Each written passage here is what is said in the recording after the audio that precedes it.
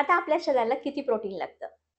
आर-डी-एने दिवसाला 0.8 ग्राम per KG body weight एवढं protein recommend केलेलं आहे. याच्यानंतर भरपूर रिसर्च झाला आणि बऱ्याच स्टडी समोर आल्या. तेव्हा हे लक्षात आलं 0.8 ग्राम पर केजी बॉडी वेट हे ॲडिक्वेट प्रोटीन नाहीये. हे प्रोटीन जे सेडेंटरी लोक आहेत, त्यांच्या शरीरातील डेली प्रोसेससाठी एवढं प्रोटीन आवश्यक आहे. तुमच्या रक्तातील ग्लुकोज रेग्युलेट करण्यासाठी, तुमच्या हेल्दी लिव्हिंगसाठी तुम्हाला 1.2 to 1.6 gram per KG body weight daily protein लागेल.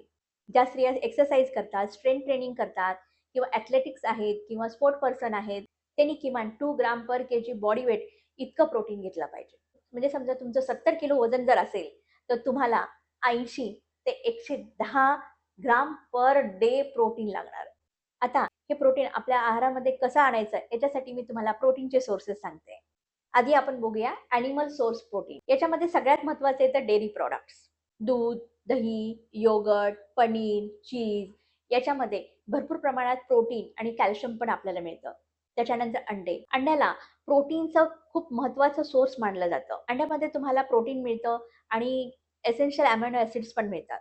त्याच्यानंतर येतं फिश. फिशमध्ये ओमेगा 3 फॅटी ॲसिड्स हे चांगलं फॅट पण असतं आणि प्रोटीन पण असतं. चिकन ब्रेस्ट वगैरे हे लीन मीटमध्ये येतं. याच्यामध्ये प्रोटीन भरपूर प्रमाणात असतं.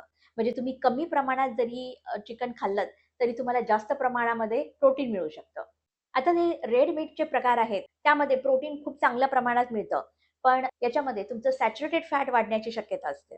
आता आपण बघूया प्रोटीन कुठल्या व्हेजिटेबल सोर्सपासून मिळतं. व्हेजिटेबल सोर्समध्ये सगळ्या प्रकारच्या डाळी, सगळ्या प्रकारच्या बिया, सगळ्या प्रकारचे लेग्युम्स, काही ग्रीन व्हेजिटेबल्स आणि फळामध्ये प्रोटीन मिळतं, पण हे कमी प्रमाणात असतं. व्हेजिटेरियनसाठी सोयाबीनपासून बनवलेलं जे टोफू आहे, सोया चंक आहे, हे सगळ्यात जास्त प्रोटीन असलेलं सोर्स आहे. त्याच्यानंतर नट्स आणि सीड्स याच्यामध्ये गुड फॅट पण मिळतं आणि प्रोटीन पण मिळतं. जेव्हा तुमच्या आहारामध्ये इनफ प्रोटीन नसतं किंवा इनफ प्रोटीन तुम्ही घेऊ शकत नाही, अशा वेळेस प्रोटीन सप्लिमेंटचा विचार करण्याला काहीच हरकत नाहीये. सध्या मार्केटमध्ये जे काही प्रोटीन सप्लिमेंट आहेत, त्याच्यामध्ये milk protein, soya protein, whey protein आणि काही लो ग्रेडचे प्रोटीन सुद्धा अवेलेबल आहेत. व्हे प्रोटीन थोडंसं महाग असतं. व्हे प्रोटीनमध्ये व्हे कॉन्सन्ट्रेट, व्हे आयसोलेट आणि व्हे हायड्रोसिलेट असे 3 प्रकार असतात. व्हे प्रोटीन हे पचायला थोडंसं अवघड असतं. त्यामुळे कधी-कधी ब्लोटिंग होणं, गॅसेस होणं, कॉन्स्टिपेशन होणं किंवा लूज मोशन होणं असे जे अटॅकचे साइड इफेक्ट्स जाणवू शकतात.